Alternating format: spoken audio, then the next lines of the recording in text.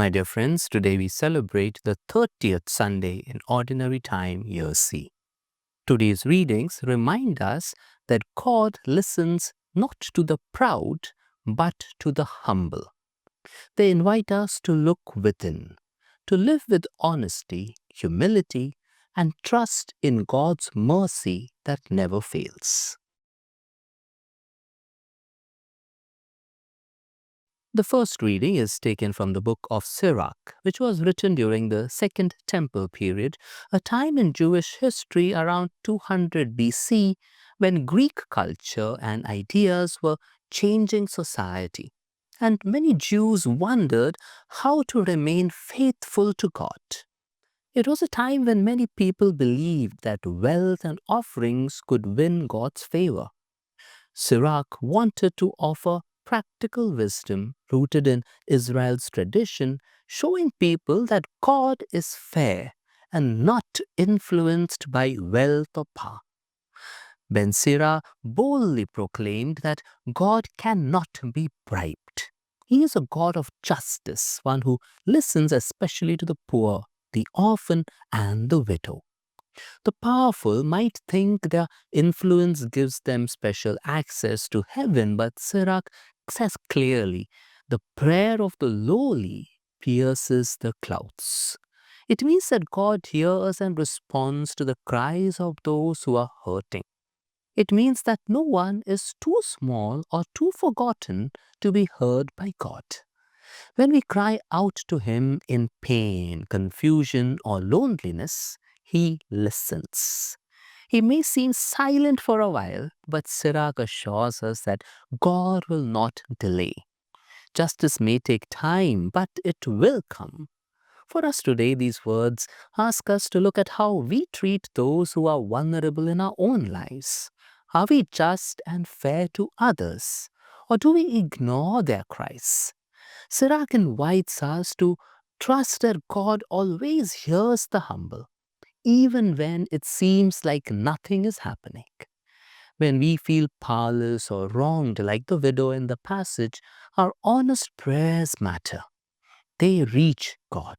This passage encourages us to pray with humility and care for those in need, trusting that God's mercy breaks through, even in the driest moments.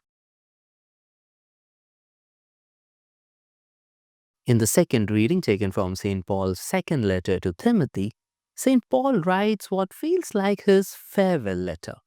He knows his life is nearing its end and he looks back not with regret, but with deep peace.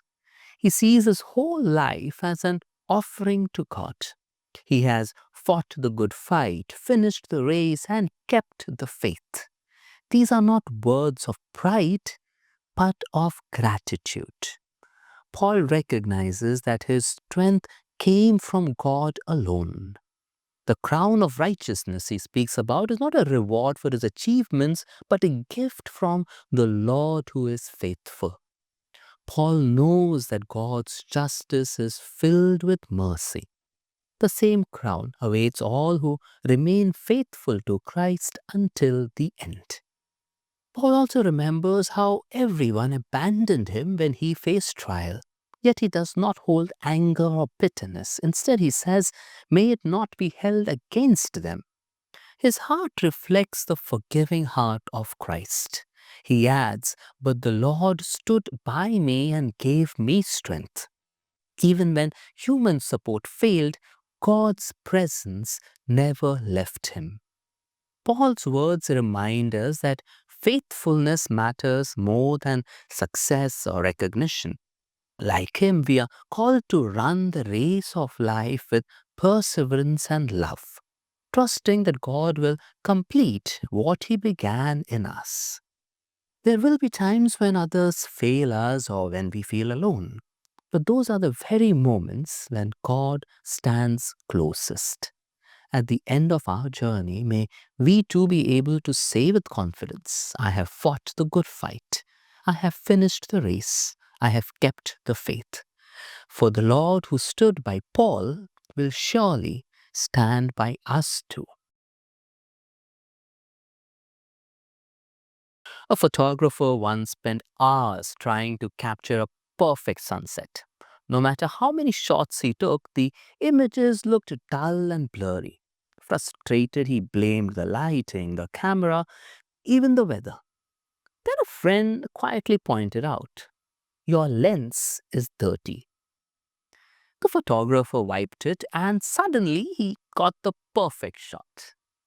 The world looked clear and beautiful again. The problem wasn't outside, it was right there on his lens. In today's gospel, taken from Luke, Jesus tells the parable of two men who went to the temple to pray, a Pharisee and a tax collector. The Pharisee stood confidently listing his good deeds and expressing his superiority over others. The tax collector, however, stayed at a distance. Not even looking up to heaven, he asked for forgiveness. Jesus makes it clear it was the tax collector, not the Pharisee, who went home justified before God. This parable exposes the way we often measure ourselves against others. It's so easy to spot what's wrong in someone else, but far harder to come face to face with our own flaws. The Pharisee used comparison as a way to feel righteous, but the tax collector looked into his own soul and realized that humility was his only path. Jesus reminds us that those who exalt themselves will be humbled, and those who humble themselves will be exalted. I have felt this deeply when listening to confessions. As I hear people open up about their struggles, sins, and sorrows, I am reminded of my own weaknesses. Their honesty humbles me and shows me that I am no better and just as much in need of God's mercy. In those moments, judgment melts away, replaced by compassion and solidarity. Humility draws us closer to people. When we admit our weaknesses, others feel safer admitting theirs. It's no longer me versus them, but we are all in this together. The tax collector's prayer might have seemed small, but it was honest. God honors that kind of truth. The challenge is to live this out daily. When was the last time I looked at someone and felt superior? Before jumping to conclusions about someone's life, choices, or pace, what if we paused to remember our own journey? What if our prayers, instead of declaring how good we've been, began with gratitude for God's patience with us?